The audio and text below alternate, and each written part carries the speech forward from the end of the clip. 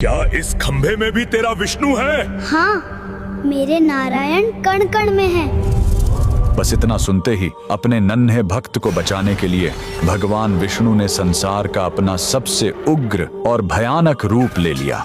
लेकिन बात यहाँ तक पहुंची कैसे? इस दुश्मनी की जड़ें वैकुंठ से जुड़ी थी। भगवान विष्णु के दो द्वारपाल थे, जय और विजय। एक बार उन्होंने भगवान से मिलने आए बाल ऋषियों यानी सनत कुमारों को द्वार पर ही रोक दिया। ऋषियों ने क्रोधित होकर उन्हें श्राप दे दिया। इसी श्राप की वजह से दोनों को धरती पर जन्म लेना पड़ा और वो भगवान विष्णु के सबसे कट्टर दुश्मन बनकर पैदा हुए, हिरण्याक्ष और हिरण्यकश्यप। बड़े भाई हिरण्याक्ष ने पूरी पृथ्वी को उठाकर पाताल के गहरे समुद्र में फेंक दिया। तब भगवान विष्णु ने वराह अवतार लिया, धरती माता को बचाया और हिरण्याक्ष का वध कर दिया। अपने भाई की मौत का प्रतिशोध लेने के लिए हिरण्यकश्यप ने ब्रह्मदेव की घोर तपस्या की और एक ऐसा वरदान हासिल कर लिया जिससे कोई भी इंसान या देवता उसे मार न सके। खुद को अमर मानकर उसने धरती पर भगवान विष्णु के भक्तों पर भयानक अत्याचार शुरू कर दिए और संसार से विष्णु पूजा पूरी तरह बंद करवा दी। लेकिन खेल तब पलट गया जब खुद उसका अपना बेटा प्रहलाद भगवान विष्णु का सबसे बड़ा भक्त बन गया। हिरण्यकश्यप अपने ही 5 साल के बालक की जान का दुश्मन बन बैठा।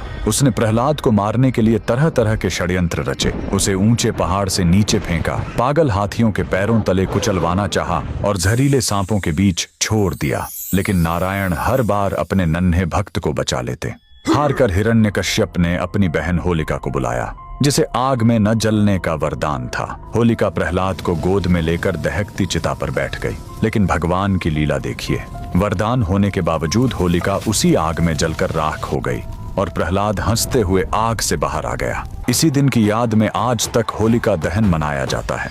सारे पैंतरे आजमाने के बाद हिरण्यकश्यप बुरी तरह थक गया और पागल हो गया। उसने खुद अपनी गदा उठाई और प्रहलाद को मारने के लिए आगे बढ़ा। उसी पल खंभा बीच से फटा और भगवान विष्णु का नरसिंह अवतार प्रकट हुआ, आधा शरीर इंसान का और आधा शेर का। भगवान ने उसे उठाया और महल की चौखट पर ले जाकर अपने तेज नाखूनों से उसका सीना चीर दिया। ब्रह्मा जी के वरदान का मान भी रह गया और बुराई का भयानक अंत भी हो गया। अगले दिन इसी बुराई के अंत और प्रहलाद के बचने की खुशी में लोगों ने रंगों का उत्सव मनाया, जिसे आज हम होली के रूप में मनाते हैं। अगर आप भी भगवान नरसिंह का भक्त हैं तो कमेंट में पूरे विश्वास से लिखें, ओम नमो भगवते वासुदेवाय।